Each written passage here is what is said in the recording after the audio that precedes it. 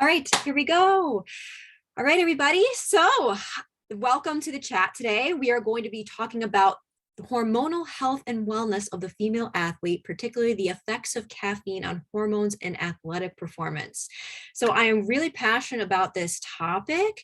I've gotten questions about this a lot, and I'm really excited to be able to share this with you because there can be some benefits, but then there can also be some downfalls. So I'm going to provide you with a little bit of information on how you can decrease the effects of the actual caffeine if you do have any sort of sensitivity, how you can use it for your benefit, the nutrition around caffeine so you can keep your hormones balanced, and then also some alternatives that I really like, and also one of my favorite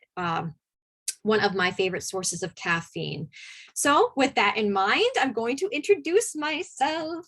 Hello, I am Drew Mulvey. I am a certified dietitian nutritionist. I am a board certified nutrition specialist. I am a certified LEAP therapist, which is a specific MRT food sensitivity protocol that you send in based on blood results. It is about 92% accurate and specific, and it basically allots a number to see how reactive you are to that food. And then you come to me and I put together a protocol for you based on that. And it has been very beneficial for several, from what I've seen, for several inflammatory issues, IBS, migraines, fibromyalgia, any sort of autoimmune. And it's really important that, especially if you are an athlete, you don't want to be keeping foods in your diet that are going to be inhibiting you from really training at your best. So highly recommend that. It is through Oxford Biomedical. See me if you feel like you might have some food sensitivities that could be hindering your athletic performance.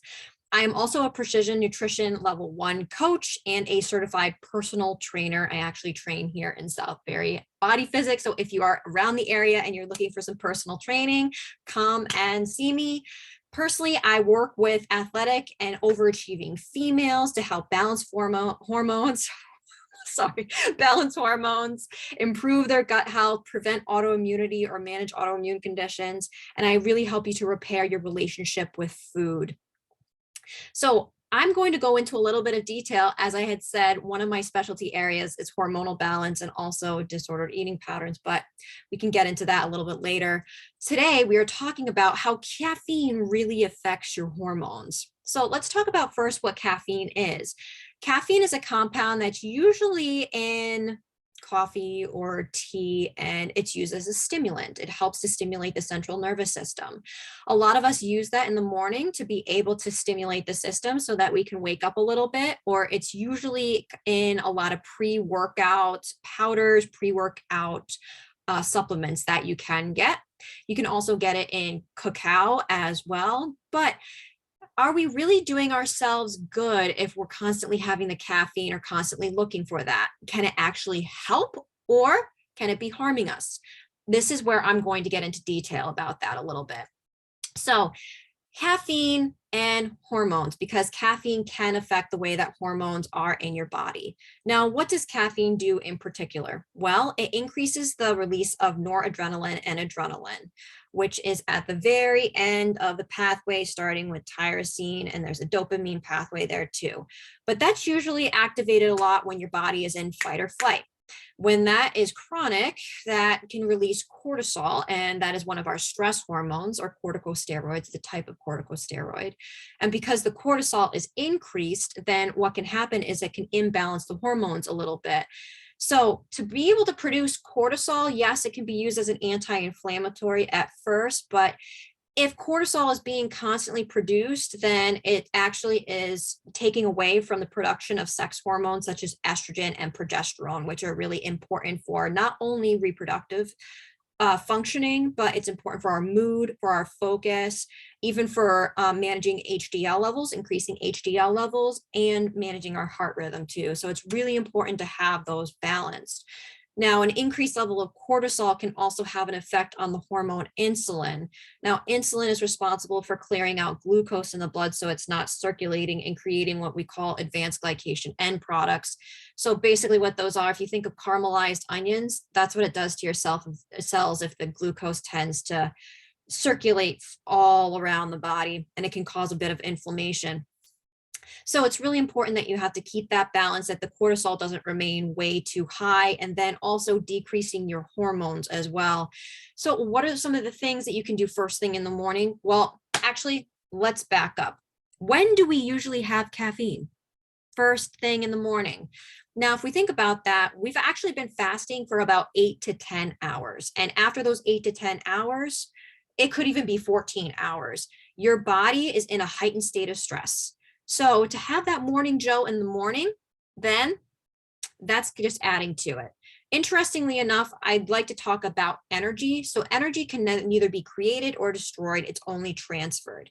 So if you have that caffeine first thing in the morning, the best way to have it is to be exercising afterwards, because that energy is going to be actually used up by the body, and you're not going to reap the negative effects of the cortisol or the caffeine on your body because you're using up that energy.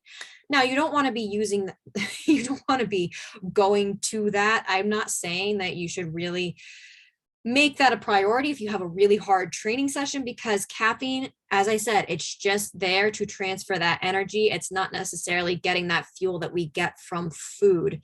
So if you do not plan on working out after you have that coffee in the morning after fasting for so long, then what can happen to your body is that because the cortisol is there, it's trying to ramp up that energy in our body. It can increase that stress.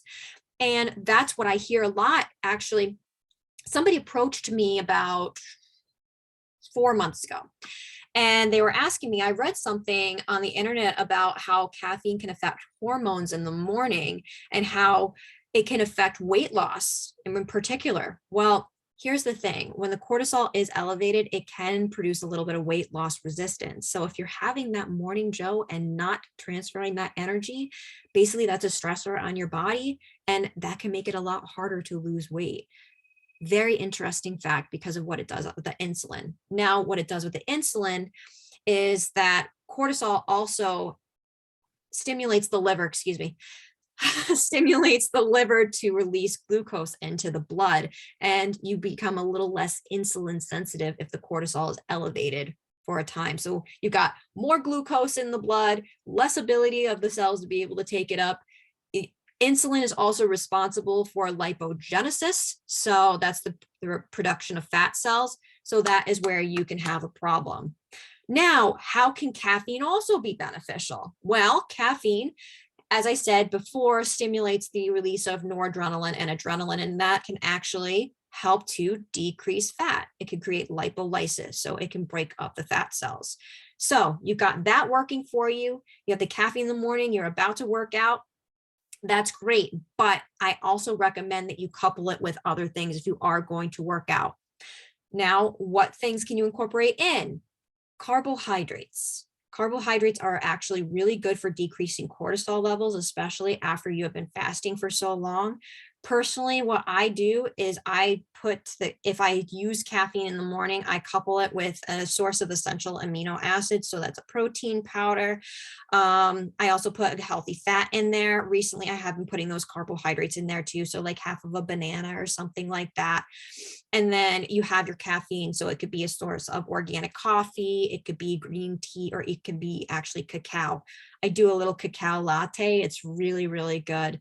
So that's important because now your body is actually getting the fuel that it needs. It's not only transferring the energy, but you're getting energy from food too. So that can really help with recovery as well.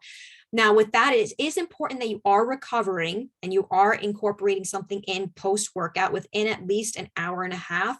Have a nice complex meal with proteins, carbohydrates. Those are really going to help with recovery. A little bit of fat in there, and get your veggies in there. Your veggies are really going to provide those phytochemicals, and I shouldn't say phytochemicals, but antioxidants and compounds that really help to decrease inflammation and help you with recovery and maintaining your athletic performance. Very important. Now, another thing that's been really popular, this is going to be really interesting too, has been CBD infused coffees or reishi coffees. So reishi mushroom coffees. Why is it necessarily that they're doing that? Well, these particular things, or these particular supplements, should I say, actually act as adaptogenic herbs. So adaptogens help the body to adapt to the stressors on the outside. So it creates homeostasis. So basically that's where your body, all of the processes in your body are maintaining a normal rate of speed, and it's not going fast. Because if everything is in hyperdrive all the time, that can affect your immunity, that can affect your heart health, can affect a lot of things. So by coupling that with the caffeine, it can actually decrease those negative effects of the caffeine, slower release in the system, can really calm your system down and not have the negative effects of the cortisol. So it can actually blunt out the effects of the cortisol. Unless you are very sensitive to caffeine and you have a problem with clearance of caffeine through your liver, that is a different thing. It can actually help, yes. I have this personally. I am hit or miss when it comes to caffeine. When I have noticed that I've added in either carbohydrates or adaptogens, I don't have as much of that jitteriness. So it's really good to incorporate those in. Sometimes I actually have a little bit of turmeric in there just to calm things down. Cinnamon is also an adaptogenic spice that you can add to your coffee as well.